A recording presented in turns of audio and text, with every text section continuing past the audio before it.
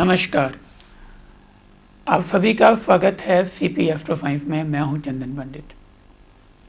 आज हम बात करेंगे कर्ज के बारे में, लोन के बारे में। कर्ज जब बहुत चढ़ जाता है किसी व्यक्ति के ऊपर तो वो स्ट्रेस यानी तनाव में आ जाता है, परेशानियां बढ़ जाती हैं और कुछ लोग जो कर्ज के तले बहुत ज़्यादा दब जाते हैं वो सुसाइड तक कर जाते हैं। तो आज मैं आपको बताऊंगा कर्ज क्यों चढ़ जाता है हद से ज़्यादा, ऐसे कौन से ग्रह योग हैं, ऐसी कौन सी रेखाएं हैं जो इंसान को कर्ज लेने पर मजबूर कर देती हैं। और कर्ज लेना बुरा नहीं है, उसमें कोई बुराई नहीं है, पर कर्ज लेकर वक्त पर अगर आप नहीं चुकाते तो वो एक बहुत बड़ी परेशानी बन जाती है। कुंडली के कुछ जो घर हैं अगर वो स्ट्रांग होंगे तो कर्ज लेने के बावजूद भी आप कर्ज से बहुत जल्दी निकल जाएंगे।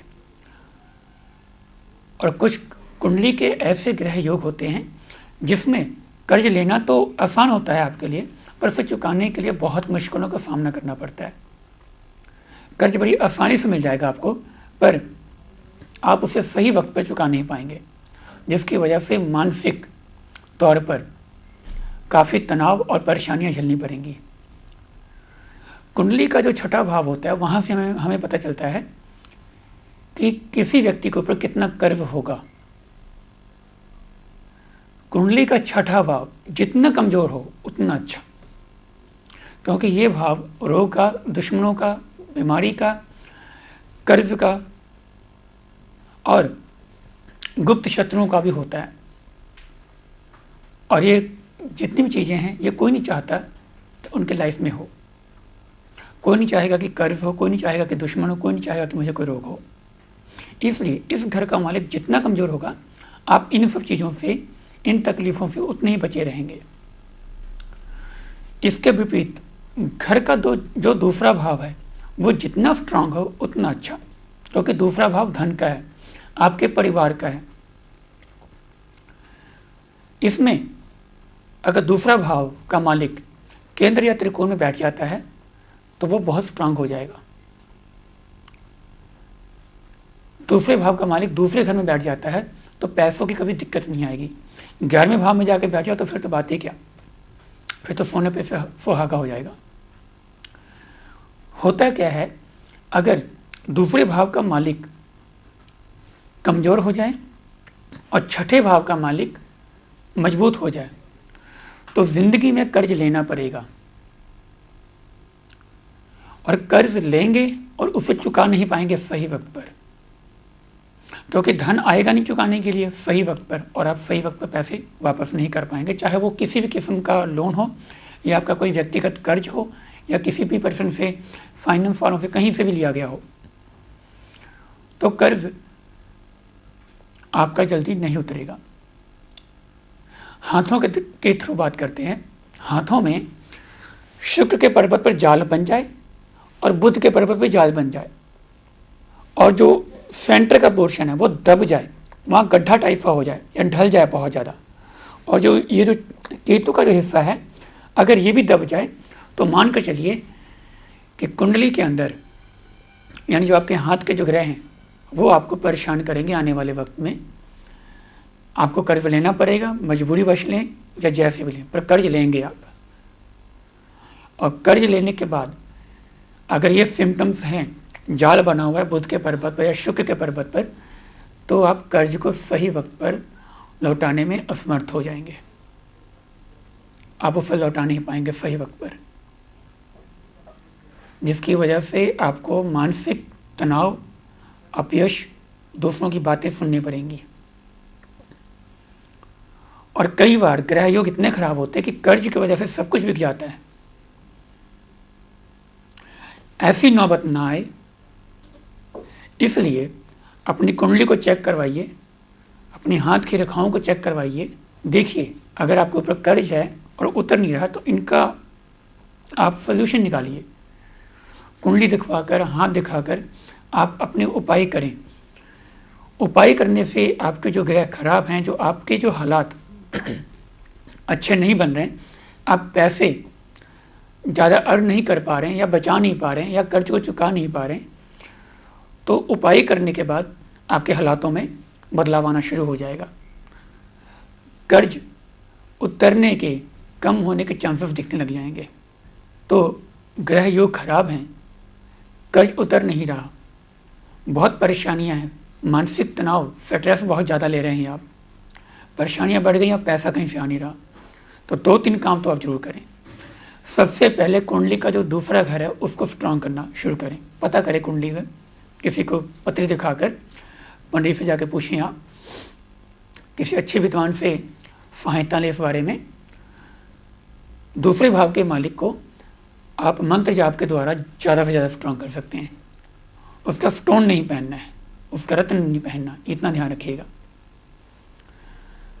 दूसरे भाव का मालिक कोई भी ग्रह बने, उसका आप मंत्र जाप करें। अद्भुत उपाय है, 1 से 2 महीने के अंदर अगर आपने लगातार मंत्र जाप किया, आपके हालात एकदम से बदल जाएंगे। दूसरा, कुंडली का जो छठा भाव है उसे आप कमजोर करें। अगर कोई उसका ग्रह बहुत अच्छा है, उसकी चीज़ों को दान करें आप। अगर बहुत ज़्यादा स्ट्रांग है, उसकी चीज़ों को दान करें आप लोगों में, किसी भी नीडी पर्सन को। इससे वह ग्रह कमजोर होगा, आपकी परेशानियां कम हो जाएंगी।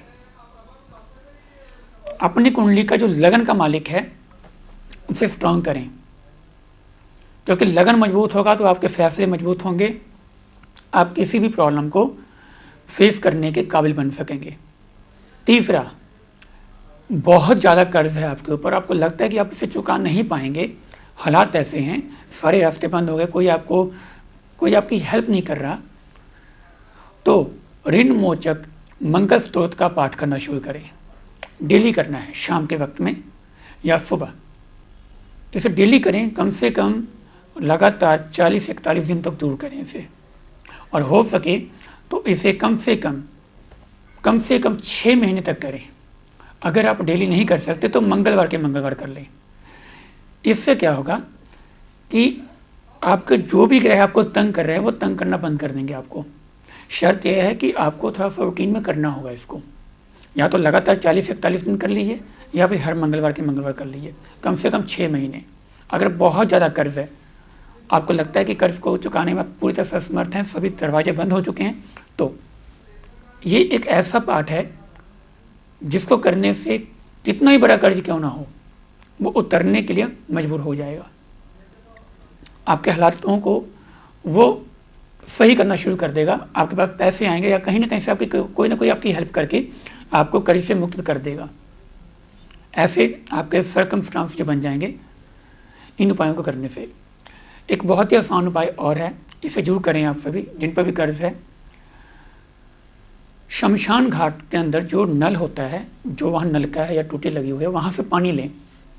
शुक्रवार के दिन 1 बोतल, 1 डोलू, 1 गरवी, वो आपकी इच्छा है, उसे लेकर शुक्रवार को लेके आना है और शनिवार को सुबह नहा धोकर किसी पीपल के ऊपर, पीपल के पेड़ के ऊपर चढ़ा दीजिए, जल दीजिए। वो ऐसा 6 शनिवार करना होगा आपको। इस उपाय को करने से जब तक 6 शनिवार कंप्लीट होंगे आपको बदलाव नज़र आ जाएगा। 6 शनिवार होते होते बहुत इफेक्टिव ये जो उपाय है, आप कर इसे आजमा कर देख सकते हैं।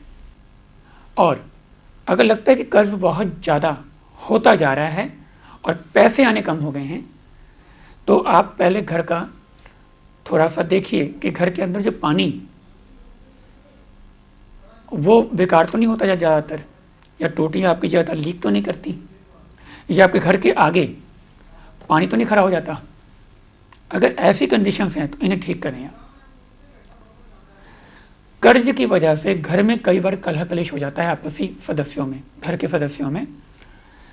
तो इसके लिए आपको करना होगा कि गूगल लीजिए, थोड़ा सा उसे जलाइए। आप गूगल के ऊपर कपूर रख लीजिए, थोड़ा सा उसे जलाइए घर के अंदर, उसका धुआं करिए थोड़ा सा।